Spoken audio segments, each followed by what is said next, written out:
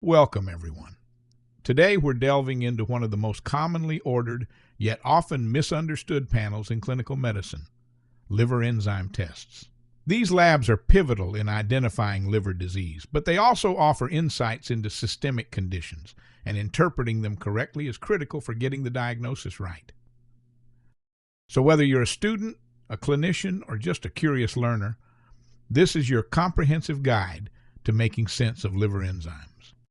Liver enzyme tests are used to assess hepatocellular integrity, biliary function, and general hepatic performance. But here's the thing. Just because the liver enzymes are elevated, that doesn't mean the liver is the only organ involved. Enzymes like AST and ALP are found in other tissues, so context is everything.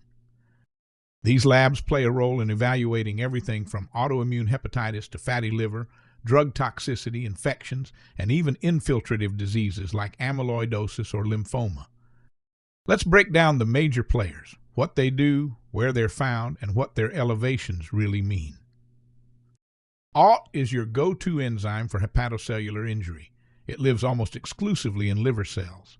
If ALT is elevated, especially if it's more than 10 times the upper limit of normal, think acute viral hepatitis, ischemic hepatitis, or drug-induced liver injury. On the other hand, mild elevations can occur with chronic conditions like NAFLD or from medications such as statins. AST is found in a wider range of tissues, not just the liver. You'll also find it in the heart, muscles, kidneys, and red blood cells. Here's a clinical pearl. An AST-ALT ratio too strongly suggests alcohol-related liver disease. A ratio 1, that's more consistent with chronic viral hepatitis or NAFLD. Also remember, AST can rise in conditions unrelated to the liver, like muscle trauma or myocardial infarction. ALP is found in liver bile ducts, bones, intestines, and the placenta. If ALP is elevated, ask yourself, is it hepatic, bone-related, or something else?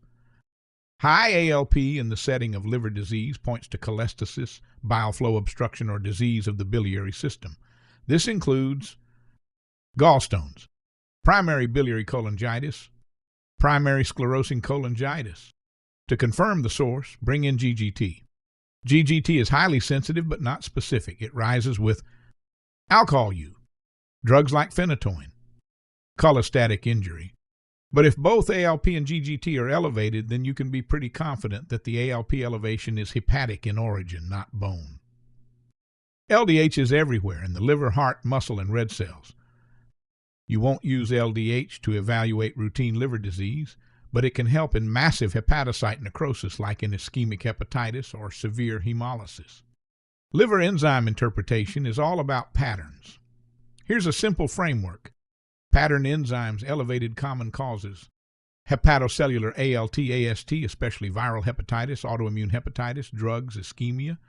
Cholestatic ALP, GG, biliary obstruction, cholangitis, infiltrative disease. Mixed ALT, AST plus ALP, both elevated drug-induced injury, viral hepatitis, autoimmune hepatitis. Isolated bilirubin, normal enzymes, elevated Bailey-Gilbert syndrome, hemolysis. To get more specific, calculate the R factor. R-, LT, ULN alt, ALP, ULN ALP. R means 5. Cholestatic. R between 2 and 5, mixed. When you see abnormal liver enzymes, follow this process. 1. Look at the pattern. Is it hepatocellular, cholestatic, or mixed? 2. Take a thorough history. Doubt.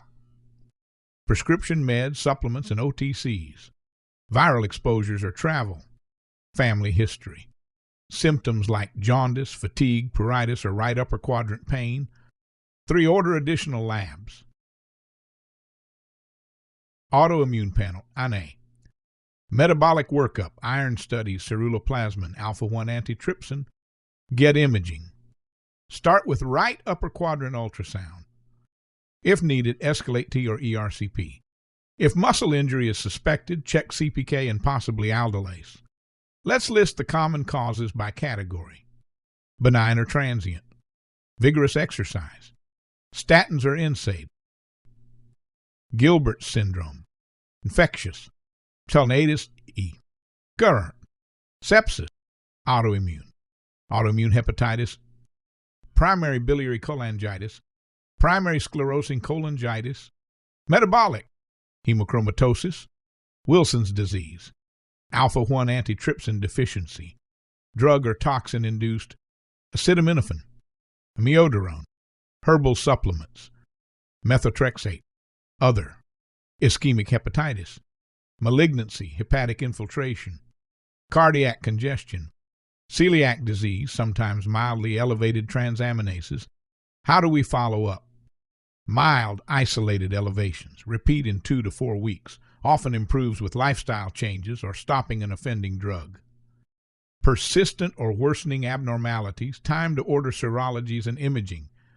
Acute or severe elevations or signs of synthetic dysfunction like elevated INR or low albumin warrant a referral to hepatology. Liver enzyme tests are powerful tools, but they must be interpreted in clinical context. A pattern-based approach combined with a solid history and focused testing will help you pinpoint the cause and avoid unnecessary investigations. Thanks for joining me today. If you found this helpful, feel free to share, review, or reach out with questions. Until next time, keep learning and keep questioning.